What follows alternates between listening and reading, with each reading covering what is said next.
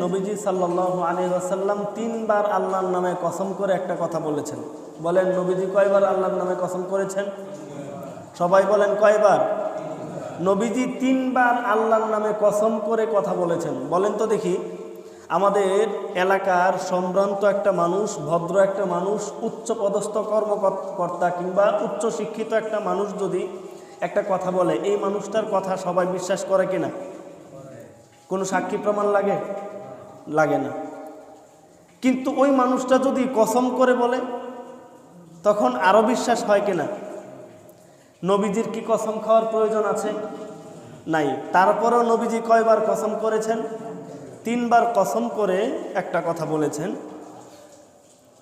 বুখারী শরীফে 6016 নম্বর হাদিস, নবীজি সাল্লাল্লাহু আলাইহি ওয়াসাল্লাম বলেন, ওয়াল্লাহি লা ইউমিনু ওয়াল্লাহি লা ইউমিনু ওয়াল্লাহি লা ইউমিনু, আমি আল্লাহর কসম করে বলছি ওই ব্যক্তি ঈমানদার না।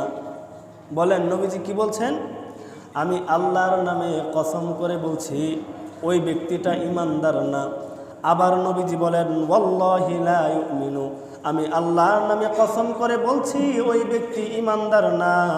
আমি আল্লাহর নামে আবার কসম করে বলছি ওয়াল্লাহি লা ইউমিনু, ওই ব্যক্তি ঈমানদার না।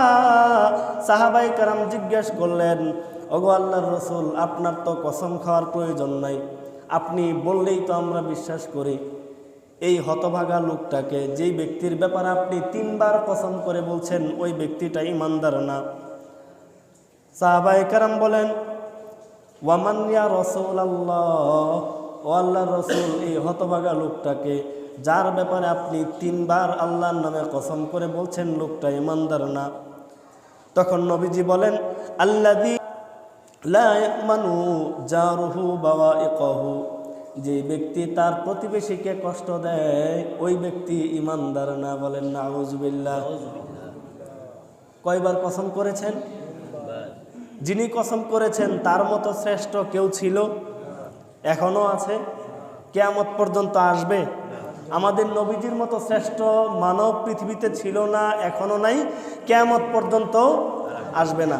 ওই মানুষটা তিনবার কসম করে বলছেন যে ব্যক্তি প্রতিবেশীকে কষ্ট দেয়, প্রতিবেশীর সাথে খারাপ আচরণ করে, ওই ব্যক্তি ঈমানদার থাকতে পারে না।